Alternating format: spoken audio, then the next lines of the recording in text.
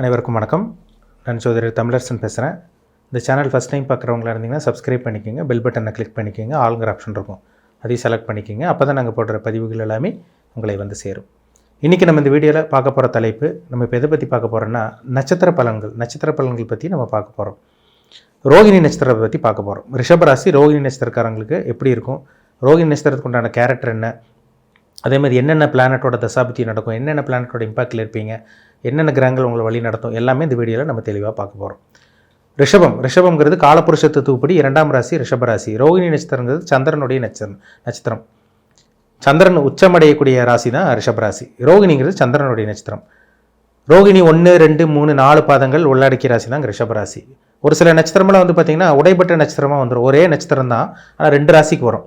ஆனால் ரோகிணி ரிஷபராசிக்கு மட்டும்தான் வரும், சரிங்களா? ஏன்னா முழுமையான பாதங்கள் 1, 2, 3, 4 பாதங்கள் உள்ளடக்கிய ராசி தான் ரிஷபராசி.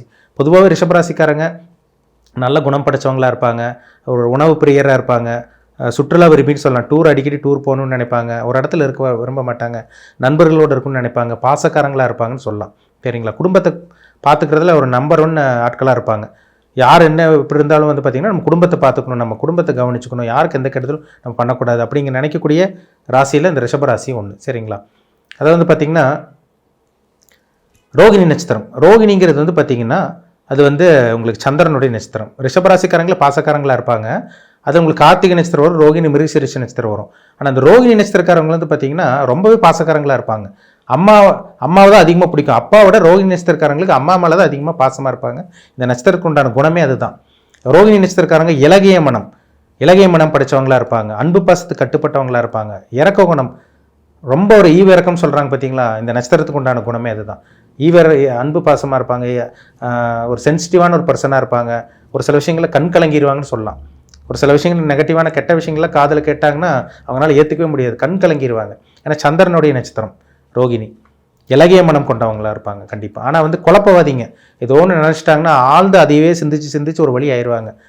மன ரீதியான பாதிப்பெல்லாம் வரக்கூட வாய்ப்பு இருக்குது இந்த நட்சத்திரத்துக்கு உண்டான அமைப்பு. அப்படி தான் ஒரு விஷயத்தை நினச்சிட்டாங்கன்னா ஆழ்ந்து அதுவே திங்க் பண்ணி ஒரு விஷயத்தில் அப்படியே ஆழ்ந்து போய் அப்படியே உடம்பு ஆரோக்கியத்தெல்லாம் கெடுத்துருவாங்க, மனசையும் கெட்டு போய் உடம்பு கெட்டு போகும்.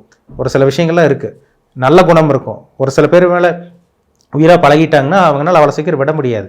பாசம் வச்சுட்டாங்கன்னா அவங்க மேலே அந்தளவுக்கு அளவு கடந்த அன்பு பாசத்தை காமிப்பாங்க இந்த நட்சத்திரக்காரங்க. அதுலேருந்து மீண்டு வெளியே வர்றது ரொம்ப கஷ்டம் இவங்களால, சரிங்களா? எந்த ஒரு விஷயமா இருந்தாலும் கெட்ட விஷயத்த இவங்களால ஏற்றுக்க முடியாது, கெட்ட விஷயத்த இவங்களால கேட்க முடியாது. ரொம்ப சென்சிட்டிவாக ரொம்ப ஒரு இலகிய மனம் கொண்டவங்க தான் இந்த நட்சத்திரக்காரங்க. நல்ல ஒரு நட்சத்திரங்க, அருமையான நட்சத்திரம். இந்த சந்திரன் உச்சமடையக்கூடிய வீடு ரிஷபம். ரோகிணிங்கிறது சந்திரனுடைய நட்சத்திரம். நல்ல பாசக்காரங்களா, அன்பு பாசத்துக்கு கட்டுப்பட்டவங்களா, இல்லாதவங்களுக்கு கொடுத்து உதவி செய்கிறவங்களா, நல்லது நினைக்கக்கூடியவங்களா இருப்பாங்க இந்த நட்சத்திரக்காரங்க. பிறக்கும்போது சந்திர திசையில் தாங்க பிறந்திருப்பாங்க. ரோகிணி நட்சத்திரக்காரங்க வந்து பார்த்திங்கன்னா பிறக்கும்போது சந்திர திசையில் தான் பிறந்திருப்பாங்க. சந்திர திசை முடிஞ்சு செவ்வாய் திசை ஒரு 7 வருஷம் திசையை நடத்தும். 7 வருஷம் செவ்வாய் திசை நடக்கும், சரிங்களா? செவ்வாய் நல்ல ஒரு இடத்துல இருந்தால் பரவாயில்ல, அது ஒரு நல்ல ஒரு அமைப்பு கொடுத்துரும், அவங்க அப்பா அம்மாவுக்கு நல்ல ஒரு வளர்ச்சி இந்த மாதிரிலாம் கொடுக்குது. ஆனால் 3வது வரக்கூடிய ராகு திசை முக்கியமான திசையாக இருக்கும் உங்களுக்கு.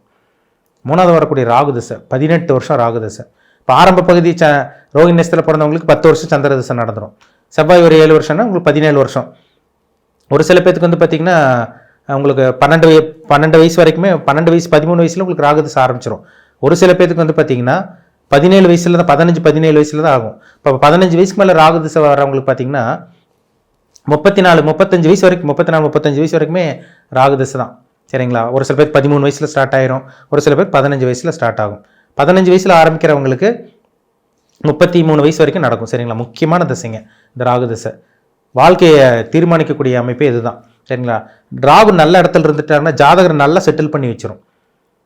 வெளிநாடு சின்ன வயசுல வந்து பார்த்தீங்கன்னா 20-22 வயசுக்கு மேலே வெளிநாடு போய் அப்ராடில் போய் செட்டில் ஆக ஆரம்பிச்சிருவாங்க. அந்த 33 வயசு வரைக்கும் நடக்கக்கூடிய ராகு திசை முக்கியமான திசையாக இருக்கும் உங்களுக்கு. ராகு திசை கெடக்கூடாது, ராகு நல்ல இடத்துல இருக்கக்கூடாது, குருவோட இருக்கணும், சுக்கிரனோட தொடர்பில் இருக்கணும், உபஜயஸ்தானத்தில் 3, 6, 10, 11ஆம் இடத்துல இருக்கணும், பாவகிரக சேர்க்கை செவ்வாய் சனி இதோட சேராமல் இருக்கணும், சூரியனோட ராகு சேரக்கூடாது, சனியோட சேரக்கூடாது, செவ்வாயோட சேரக்கூடாது, தனிச்ச புதனம் கூட சேர்ந்தால் கூட பரவாயில்ல. மேஷம், ரிஷபம், கடகம், கன்னி, மகரம்.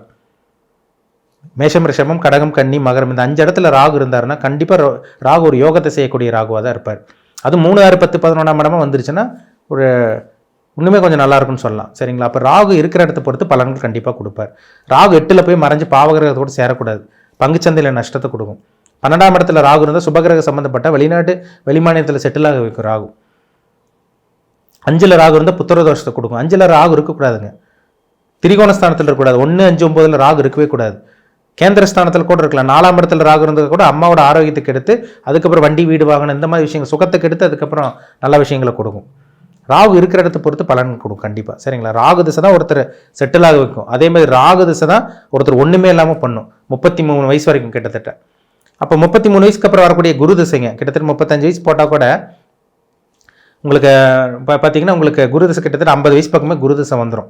சரிங்களா? அந்த குரு எந்த அமைப்பில் இருக்காருன்னு பாருங்கள். சரிங்களா? குரு எந்த இடத்துல இருக்காருன்னு பாருங்கள். குரு இருக்கிற இடத்த பொறுத்த பலன் கொடுக்கும். துலாம் லக்னத்துக்கும் ரிஷப லக்னம் துலாம் லக்னத்துக்கும் குரு நல்லது பண்ணுற கிரகமே கிடையாது. கெடுதல் பண்ணுவார். மேஷராசி, கடகராசி, சிம்மராசி, விருச்சிக ராசி, தனுசு ராசி, மீனராசி இந்த ராசி சொன்ன பார்த்தீங்களா, இதில் லக்னமாக நீங்கள் பிறந்து அந்த லக்னத்துக்கு வந்து குரு திசை வந்துச்சுன்னா குரு கண்டிப்பாக யோகத்தை செய்வார் 16 வருஷம். ஒரு சில பேர் 33, 35 வயசுக்கு அப்புறம் நல்லா இருக்காங்க பாருங்கள். ஆரம்ப பகுதியில் கஷ்டப்படுவாங்க. 33, 35 வயசுக்கு அப்புறம் பார்த்தீங்கன்னா வாழ்க்கை அடுத்த கட்டத்துக்கு போகும். என்ன காரணம்னா அந்த டைமில் தான் உங்களுக்கு வந்து பார்த்தீங்கன்னா குரு திசை யோகத்தை செய்கிற திசையாக இருக்கும் உங்களுக்கு. கண்டிப்பாக குரு நல்லது பண்ணிட்டு போயிடுவார்.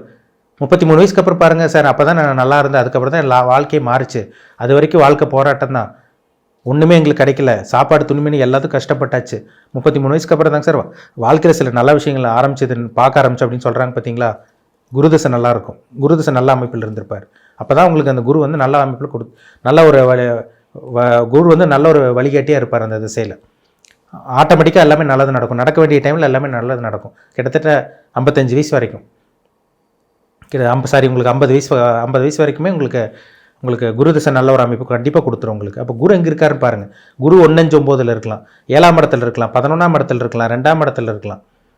மற்ற இடத்துல எந்த இடத்துல இருந்தாலும் குரு நல்லது பண்ணுவாருங்க. ஆனால் குருவோட பாவகிரகம் சேர்ந்துடக்கூடாது, சனி சேரக்கூடாது, ராகு சேரக்கூடாது, சூரியனோட சேர்ந்து குரு அஸ்தமனமாகக்கூடாது. குரு கெடுதல் பண்ணிடுவார். குரு நல்லது பண்ண முடியாமல் போயிடும். அப்போ குரு நல்ல இடத்துல இருக்காரா, எப்படி இருக்காரு, உங்களுக்கு சாதகமாக பாதகமானு தெரிஞ்சுக்கோங்க, ரொம்ப முக்கியம். குரு திசை முடிஞ்சு சனி திசை 50 வயசுக்கு அப்புறம் முடிஞ்சு உங்களுக்கு கிட்டத்தட்ட 70 வயசு வரைக்குமே உங்களுக்கு சனி திசை தாங்க. 19 வருஷம் சனி திசை நடக்கும். 50 வயசுக்கு அப்புறம் ஒரு சில பேர் இப்போ நல்லா இருக்குன்னு சொல்கிறாங்க. ஒரு சில பேர் நான் 50 வயசு வரைக்கும் நல்லா இருந்தேன், 50 வயசுக்கு மேலே எனக்கு எதுவுமே நடக்கல, வாழ்க்கை போராட்டமாக போச்சுங்க சார், முடக்கி வச்சிருச்சு, விவசாயத்தில் நஷ்டம், தொழிலில் நஷ்டம், கடன் தொல்லை அதிகமாக இருக்குது, வாழ்வாசாவான்னு போயிட்டு இருக்குன்னு சொல்கிறாங்க பார்த்தீங்களா. அது காரணம் அவங்க ஜாதகத்தில் சனி கெட்டு போயிருப்பார். சனி கெடாமல் இருக்கணும். சனி சூரியனோட சேர்ந்த சனி திசை அவுட்டு, சனி ஒன்றுமே பண்ணாது. ராகுவோட இருந்த சனி திசை நல்லது பண்ணாது. சூரியனோட சேர்ந்து சனி அஸ்தமனமாகக்கூடாது. சூரியனுடைய ராகுடையோ அதே மாதிரி செவ்வாயோட சனி சேர்ந்துட்டா தேவையில்லாத பிரச்சனைகள், பாவகிரகம், ஒரு இருட்டோட இன்னொரு கிரகம் பாவகிரகம் சேர்ந்துட்டாருன்னா ஒரு கொடுமையான பலன் அந்த 19 வருஷம் கொடுத்துரும்.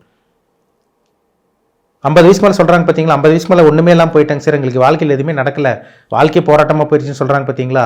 சனி திசை நடக்கிறவங்களா இருப்பாங்க, பாவகிரக சம்மந்தப்பட்ட சனி திசை நடக்கிறவங்களா இருப்பாங்க.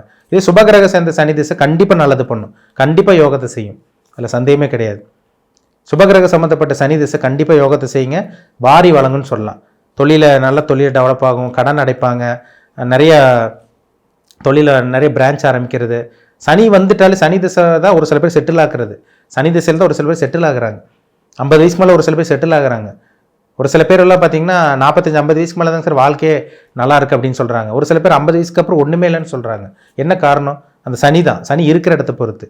கடக சிம்ம லக்னக்காரங்களுக்கு சனி பெருசாக யோகத்தை செய்கிறதில்ல. அவங்களுக்கு தாங்க இப்போ ஒரு போராட்டமான ஒரு வாழ்க்கை, உடம்புல பிரச்சனை, ஹெல்த் பிரச்சனை, கடன் தொல்லை, அசிங்கமானப்படுறது, தலகுமிஞ்சு நிற்கிறது. கடக சிம்ம லக்னக்காரங்களுக்கு சனி திசை கொடுக்கும். கடக லக்னத்துக்கு 8ஆம் அதிபதியாக வந்துடுவார். சிம்ம லக்னத்துக்கு ஒரு 6ஆம் அதிபதியாக வந்து கடன் நோய் எதிர்ப்பு கொடுப்பார். கடக லக்னத்துக்கு அசிங்கமானம், கேவலம், அதே மாதிரி பார்த்தீங்கன்னா பெரிய கடனில் போய் மாட்டுறது, ஹாஸ்பிட்டலில் போய் அட்மிஷன் ஆகிறது, மறைமுக எதிரிகள் தாக்குறது எல்லாமே இந்த கடக லக்னக்காரங்களுக்கு இந்த சனி திசையில் கொடுக்குது 50 வயசுக்கு மேலே. அப்போது ஜாதகத்தில் சனி நல்ல இடத்துல இருந்தாருன்னா உங்களுக்கு அந்த 50லேருந்து 70 வயசு வரைக்கும் உங்களுக்கு வாழ்க்கை ஒரு நல்ல ஒரு வாழ்க்கை கண்டிப்பாக சனி கொடுத்துருவாருங்கிறதுல சந்தேகமே கிடையாது.